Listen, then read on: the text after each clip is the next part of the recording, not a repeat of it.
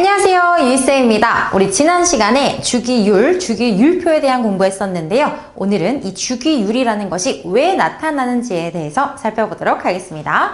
자, 먼저 이 원자들의 화학적 성질에 대해서 이야기를 하려면 이 원자들을 이루는 구성 입자들 그리고 전자 배치에 대한 내용을 먼저 살펴봐야 됩니다. 자, 먼저 원자는 무엇으로 이루어져 있는가 라고 보면 중심에 플러스를 띠는 원자 핵이 있었고요. 주변에 마이너스 전하를 띠는 전자들이 있었죠. 우리가 이 빅뱅 우주론 공부할 때도 원자 원소로서 구성 입자로서 원자 핵과 전자, 양성자, 중성자 이런 내용들을 공부했었습니다. 자, 정리를 해보면요. 원자는 원자 핵과 전자로 이루어져 있고요. 이 원자 핵이라는 거 쪼개보니까 뭘로 이루어져 있었어요? 양성자와 중성자로 이루어져 있었다라는 것이었죠. 그래서 예를 들어서 헬륨 원자핵, 헬륨은 원자번호 2번이어서 이 원소기호 왼쪽 아래에다가 이렇게 원자번호를 쓰게 되는데요. 자, 원자번호가 2번이면 원자핵이 플러스 2를 띠고 주변에 마이너스 1 전하를 띠는 전자가 2개 있는 이런 형태였는데 이 원자핵을 꺼내보니까 어떻게 되어 있었다? 플러스 1짜리 전하를 띠는 양성자 2개에 전하를 띠지 않는 중성자 2개가 4개 입자가 모여서 원자핵을 이루고 있었다라는 내용에 대해서 이제 또 빅뱅 우주로 할 때 공부를 했었습니다. 자, 그래서 원자는 전기적으로 중성을 띠고 있다라는 게 굉장히 중요했는데요. 중성이라는 건 전하의 합이 0이 되어야 된다는 거잖아. 그래서 플러스 1가를 띠는 양성자의 수와 마이너스 1가를 띠는 전자의 수가 동일했다라는 거고요. 이게 또 원자 번호까지 전부 같다라는 거죠. 그래서 이 양성자 수를 가지고 원자 번호를 정하게 된 겁니다. 이해되시죠? 그래서 양성자, 중성자로 이루어져 있다라는 내용까지 했고요. 자, 그 다음에 이 원자 핵 주변에 전자, 마이너스 1가 전하를 띠는 전자들이 있는데요. 이 전자들이 가만히 멈춰있지 않고요. 움직이게 되는데 아무렇게나 막 지멋대로 움직일 수는 없습니다. 이 전자가 돌아다닐 수 있는 길이 있어요. 그것을 전자가 돌고 있는 궤도에서 전자궤도 라고 부르고요. 또는 전자껍질 이렇게도 부르게 됩니다. 됐죠? 그래서 이 안쪽부터 우리가 1번 껍질, 2번 껍질이라고 해서요. 보통 이렇게 표현을 합니다. N은 1번 껍질, N은 2번 껍질, N은 3번 껍질 이런 식으로 가고요. 여기다가 이제 알파벳 기호를 붙여가지고 K, L, M, N 이런 식으로 기호를 나타내서 표현을 하기도 합니다. 이거는 뭐 별게 아니라 그냥 알파벳 순서고요. 쌤 그러면은 왜 A, B, C, D부터 시작 안 하고 K부터 시작했어요? 이 과학자들이 나중에 후대 우리 후손들이 이 안쪽에 혹시라도 더 전자껍질이 있었는데 우리는 지금 발견 못했지만 우리 후손들이 발견할 수도 있잖아 이런 생각을 하셨던 거야. 얼마나 겸손해. 그래서 A, B, C, D라고 안 하고 K부터 시작을 한 겁니다. 근데 뭐 이거가 1번입니다. 결국에는. 자, 그래서 이 원자핵 주위에 돌고 있는 이 전자들은 아무렇게나 돌고 있는 게 아니라 궤도 위를, 껍질 위를 돌고 있는데 이 껍질 하나마다 특정한 에너지 값을 가지게 되고요. 이 전자 궤도의 이 에너지 값을 여기 있는 전자들이 같은 에너지 값을 갖게 된다는 얘기예요. 무슨 말이냐? 1번 껍질에 에너지 값이 정해져 있고 1번 껍질에서 움직이는 전자들은 그 1번 껍질의 에너지 값을 그대로 갖는다는 거예요. 무슨 말인지 이해되시죠? 자, 이걸 우리가 뭐라고 합니까? 에너지 준위라고 하는 거죠. 에너지 준위라고 하고요. 우리 빅뱅 우주를 할 때도 했지만 원자핵과 가까운 껍질, 안쪽 껍질일수록 이 에너지 준위가 에너지 값이 어떻다? 낮다. 그런데 화학에서 에너지가 낮다는 것은 무엇을 의미한다? 화학적으로 안정함을 의미한다 라는 것까지 보시면 되겠습니다. 자, 그럼 이제 여기 껍질 위에다가 전자가 이제 배치가 될 건데요. 이 배치되는 규칙을 알고 계셔야 돼요. 첫 번째, 원자핵에 가까운 전자 껍질부터 채우게 됩니다. 쌤, 그러면 먼저 이 가까운 쪽에 먼저 채운다고 했는데 이 먼 쪽에만 전자가 있을 순 없어요? 있을 수 있어요. 하지만 가장 안전 안정한 상태의 전자 배치 원리를 알려드리는 거예요. 물론 불안정한 상태, 갑자기 에너지를 확 받아가지고 이 에너지가 높아진 상태의 원자 배치도 뭐 다르게 그릴 수 있습니다만 그거는 여러분들이 또 화학원 공부하실 때 또 하실 수 있는 거고요. 얘는 일단 우리 가장 안정한 상태의 전자 배치 원리를 하는 겁니다. 그래서 가장 안쪽 껍질부터 채울 거고요. 이 첫 번째 껍질에는 전자가 최대 2개 들어갈 수 있고요. 2번, 3번 껍질에는 이제 8개씩 들어갈 수가 있다라는 겁니다. 자, 그리고요.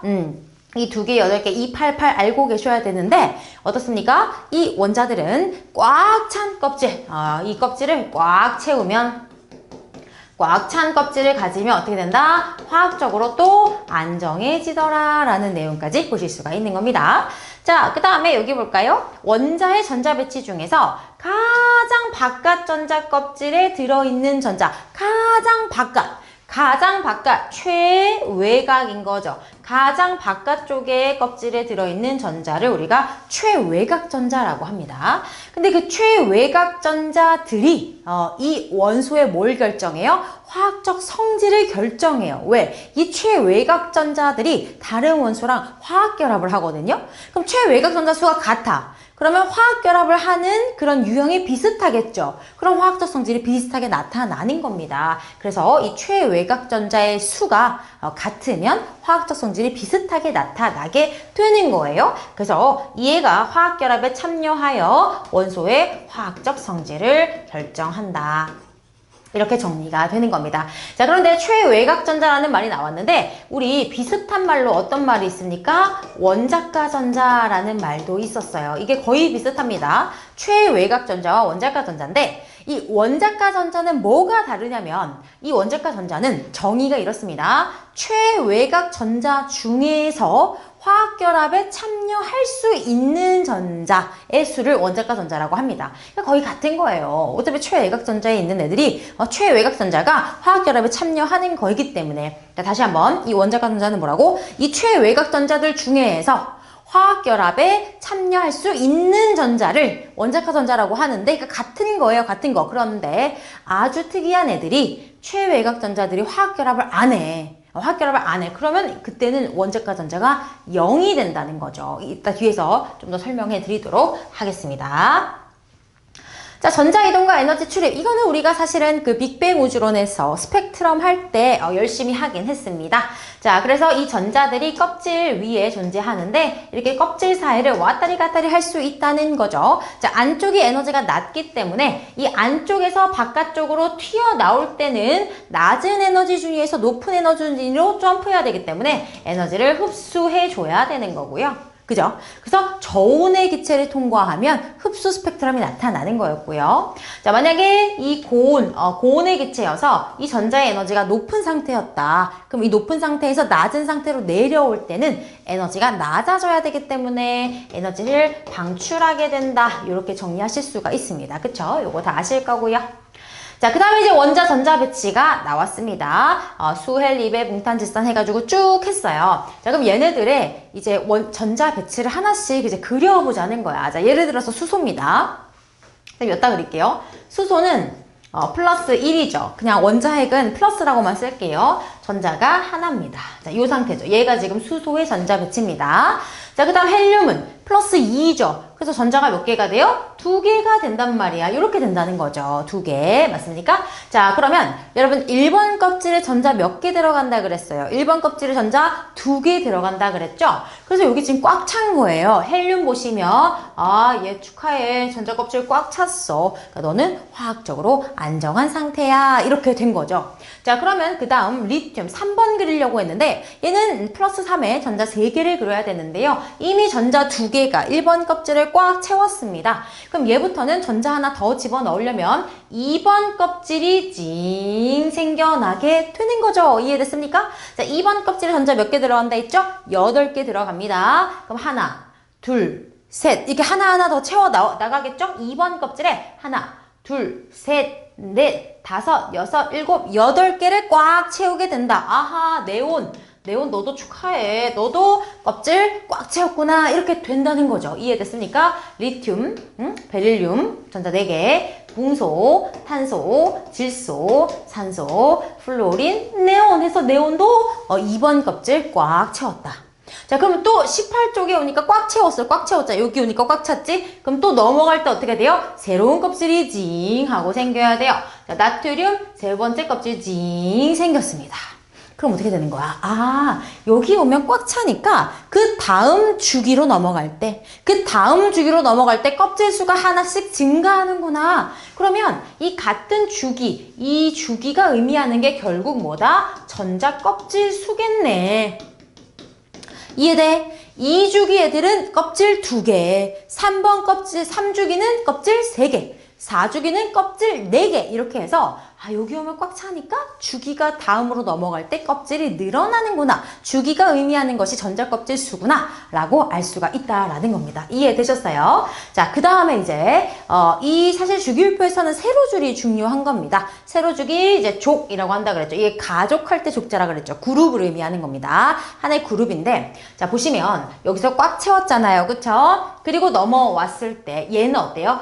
두 번째 껍질에 하나를 채운 거야. 그지? 쭉 채웠어요. 얘는 어때? 세 번째 껍질에 하나를 채운 거야. 4주기 누구? 크카죠. 크카. 칼륨 어때? 네 번째 껍질에 하나. 그러니까 얘네들은 뭐야? 얘네들은 새로운 kop질에 전자가 하나씩 들어있는, 즉 최외곽 전자가 하나인 애들인 거예요. 이해됐어? 그럼 2족은 뭐겠어? 2번, 두 번째 껍질에 하나, 2개 채우고, 세 번째 껍질에 하나, 2개 채우고, 최외곽 전자가 2인 거야. 최외곽 전자가 3, 최외곽 전자가 4, 5, 6, 7, 8 이렇게 된다는 거죠. 그런데 조심해야 될 거, 최외곽 전자를 따질 때 요 녀석은 어때요? 최외곽 전자 1번 껍질에 2개밖에 안 들어가니까 최외곽 전자 288 이렇게 됩니다. 아시겠죠? 여기다가 써볼까요? 최외곽 전자수 288 이렇게 헬륨, 네온, 아르곤 이렇게 된다라는 겁니다. 그래서 얘네들은 최외곽 전소 죄송합니다. 왜 이렇게 말이 저렇어? 최외곽 전자수 어떻게 돼요?